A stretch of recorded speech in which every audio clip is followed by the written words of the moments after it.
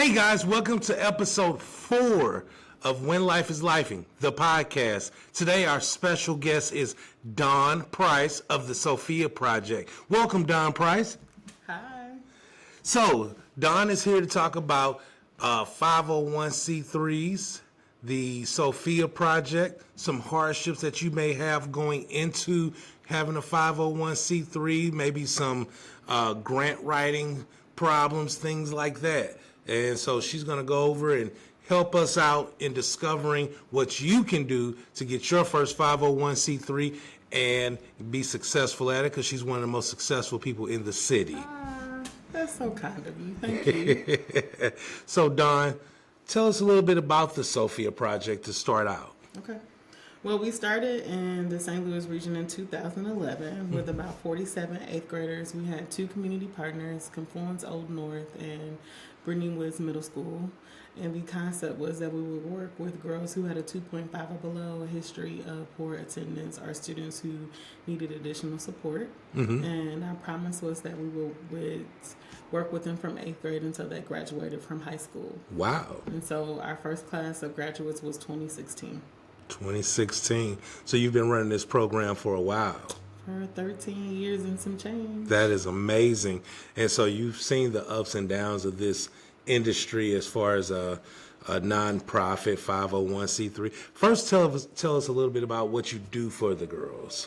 Well, we run a gamut of programming, but my first commitment is to do what we call in-school sessions. Mm-hmm. With contracts that I have with school systems to work with that audience of girls. We go in once a week during the school day for about 45 minutes and just do some corrective work with them, character building, leadership skills, creating safe space so that whatever creates a disruption in the academic environment has a place where they can kind of download and be a better character citizen in their school environment. Oh, That's one thing. Okay, tell me more. Okay, and so we also do Friday Night Kiss with those same group of ladies, which I have a group of women who do other things in their professional lives that come and mentor with me on Friday nights, and we call that Keep It Safe and Secure, this Friday Night Kiss. And Friday Night Kiss has been running for the last 13 years. Every single Friday night from 6:30 to 8:30 at the Page YMCA, we're doing some kind of group mentoring activities with the young women. And over the summer, I run a program called Urban Girl Institute, which is an 8-week summer camp for middle school girls only. Okay. So middle school, so you're really getting them ready for society. Well, I like to say that we specialize in transitional ages, like that's going into middle school, leaving middle school, and graduating from high school. Like whenever those hard transitions are taking place, like trying to make sure that they have the mentorship, leadership, and character skills that they need in order to thrive in those environments. Oh, that's so amazing.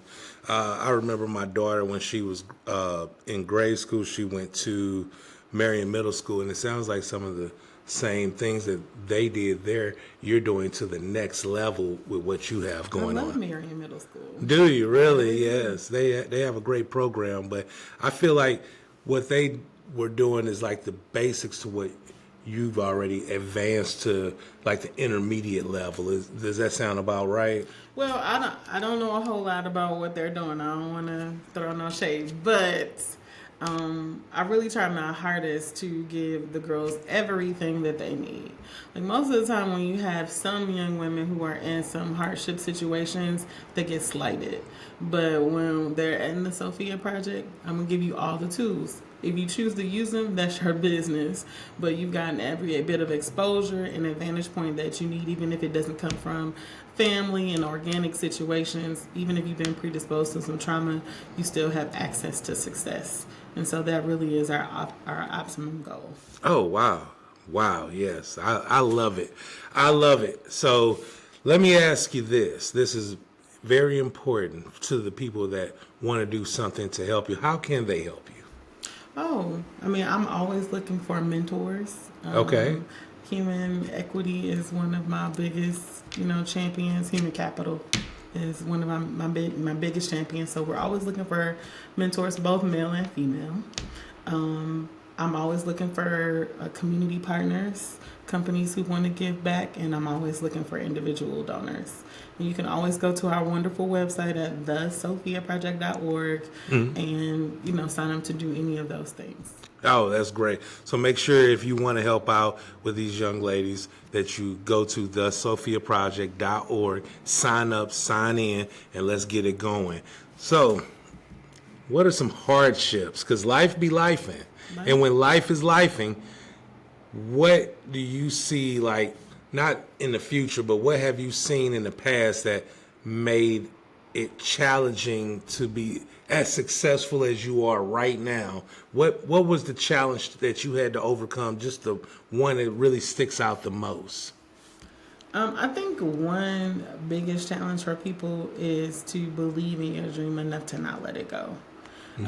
Because the money doesn't come immediately, the funders don't come immediately, and sustainability does not come immediately. Okay. So sometimes you have to work your vision and work at the same time. Gotcha. And so some people think it's either the vision or work.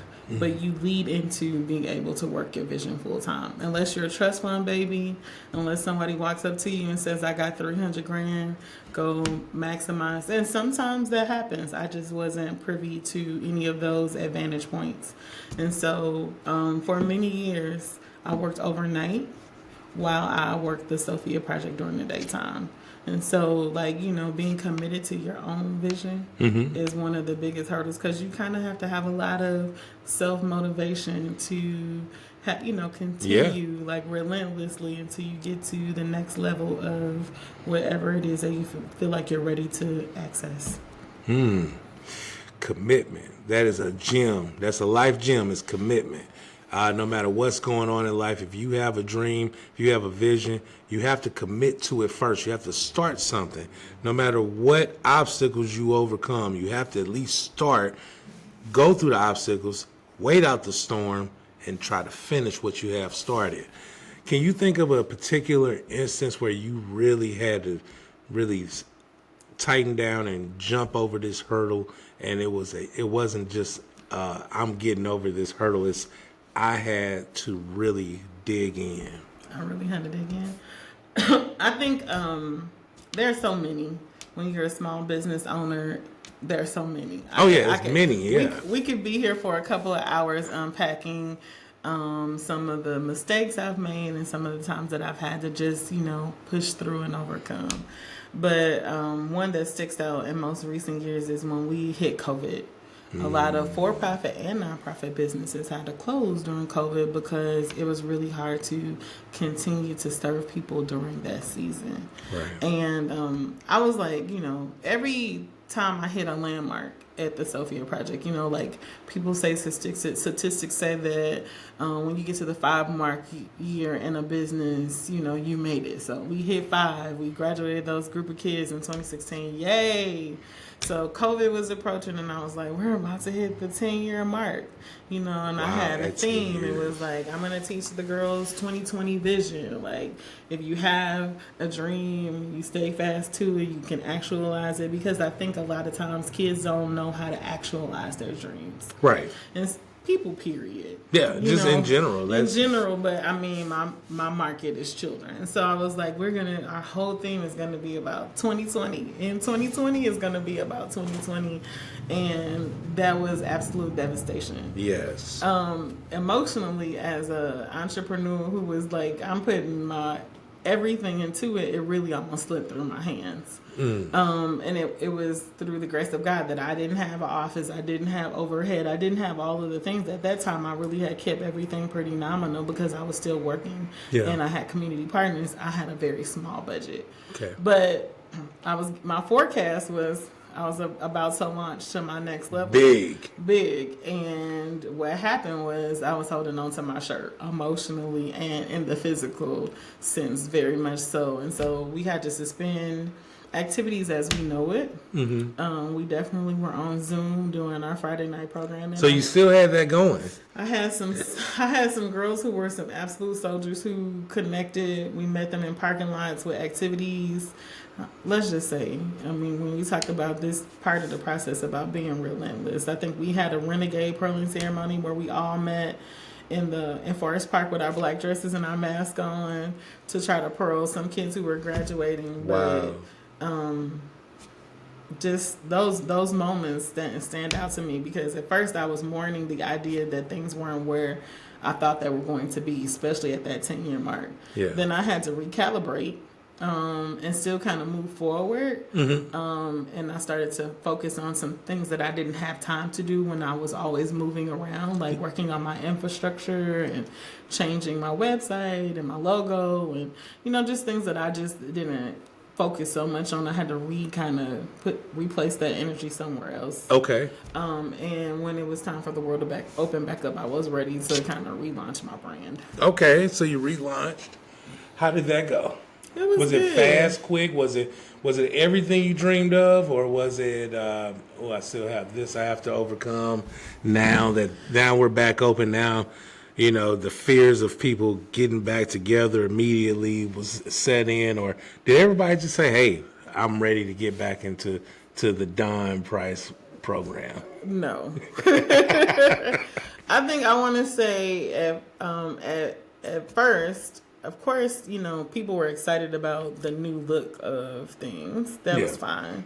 And that was when I decided to leave my job. And what? So you went all in. After COVID was over, I was like, that was the overarching theme in my mind is now that the amount of time I waste making a couple of dollars per hour, I'm wasting my time, and I'm not making the money that Sophia Project could possibly make, in grants or salary for myself, because I was wasting my time at a job that was a dead end. Gotcha. And so I was like, it's time for that next level of faith. Only you can decide when it's time. Yeah. Because mentally, you have to be ready to be hungry all the time. Every day. For the next level. So I definitely took a leap of faith. I tell people it was like going to my office building and standing on the roof and jumping with no parachute. Now, what year was that? 2021. 21. So just a few years ago, you took a leap. Yeah. And you felt it was the time, and you were ready. And what gave you that insurance in your mind that this is the time? Was it a grant? Was it a feeling? Was it a gut feeling? Was it somebody said, we need more of you and less of that? It was two things. Really, it was at the time that I was working during COVID, it really was a dead end. And so, and the more it was a dead end, the more I was working on my business, and the more the people around me were hating on my business. And I was like, it's time to let this go. But I did take some time with that infrastructure to write some grants. I had a grant writer at that time, and we wrote several grants. And I think we got for one summer, I had over $100,000 in funding to do programming. I was supposed to be running 2 summer camps simultaneously, one for the city and then one for this Urban Growth Institute, which is my baby. Okay. And I paid myself. That was my springboard. I was like, I know for the next 120 days I can pay myself. Okay. And then you gotta figure out how you're gonna pay yourself and beyond. And beyond happened. So it naturally happened because life be happening, right? Life is gonna be life, and it didn't naturally happen, but your faith naturally brought it to you. I believe in this book called The Secret. Yeah, I believe in this book called The Secret, and I read it back in 2004 or 2005. I can't remember, but I have lived my life based off of that book, and basically it's manifesting whatever you want to happen to you in life, and making it a reality, because the world or the universe is your genie. And so you just rub your genie and say, I want this. And it's not as simple, because you have to actually take action. And that's what you did, is you took action. Well, some people, some of my mentors knew that I was looking for funding. They helped. It's good to have a few big sisters. Absolutely. Out here Yeah. for you. They helped, and it's strange because I felt like when I still was working on my job, like this funny story. Nike called me and they were entering the market with their Black Community Impact dollars, and they left me a message and said they were going to provide me some funding. Oh, nice! And I was like, they just did it. I was like, well, first of all, typically no funder calls you, leaves a voicemail message, and says they're going to award you funding. I thought that was somebody playing with my heartstrings. And in that moment, I did everything I needed to do for them, but I wasn't moving fast enough because I still was a little machine with no infrastructure. So we couldn't get it done in that season while I was still on my job. But while I was, after summer camp was over, waiting on funds, they circled back, and it was the stars lined up. Thank God. The stars lined up for me that I had a nest egg of one private donor and Nike, and then some other things started to pull together that kind of helped me get on my feet. Good. Man, that's amazing. That is absolutely amazing. So now your infrastructure is together. And tell me what you mean by that, infrastructure. Well, so when I say I went to the top of the building and jumped with no parachute, you don't know, when you're kind of like doing business safely, you don't know how to take it to the next level. You don't know what it requires. And so, like there was like a small budget of maybe like 37 grand that we were operating programming out of. And we had one major event, and it didn't require anything but some liability insurance. Oh, that's important. The liability insurance is important. It didn't require anything but liability insurance, but once you start getting city contracts and other things, that might require workers' compensation insurance, that might require license exemption for it to run summer camp, like all the little nuances that people assumed I knew because I've been in business for a while. I really didn't know. But in order to kind of elevate our business and put things in place, I had to start being being in rooms, networking other service providers. I didn't have time to do that because I was at work. Yeah. So it was either programming or at work. It wasn't building a business network of other professionals who are doing that. And then you get some more people around you who are like, you need to turn that form in. It's going to take you this amount of time. And, all of that. Absolutely. Yeah. So those things. And I think infrastructure is ever evolving. I'm not perfect by any stretch of the imagination. I'm just not where I was 3 years ago. And why not? Why not? Am I not where I was 3 years ago? Yeah. Because I had to level up. It was no choice. Yeah. So, getting into the rooms that you weren't in before helped you grow. It did. How did you get in those rooms?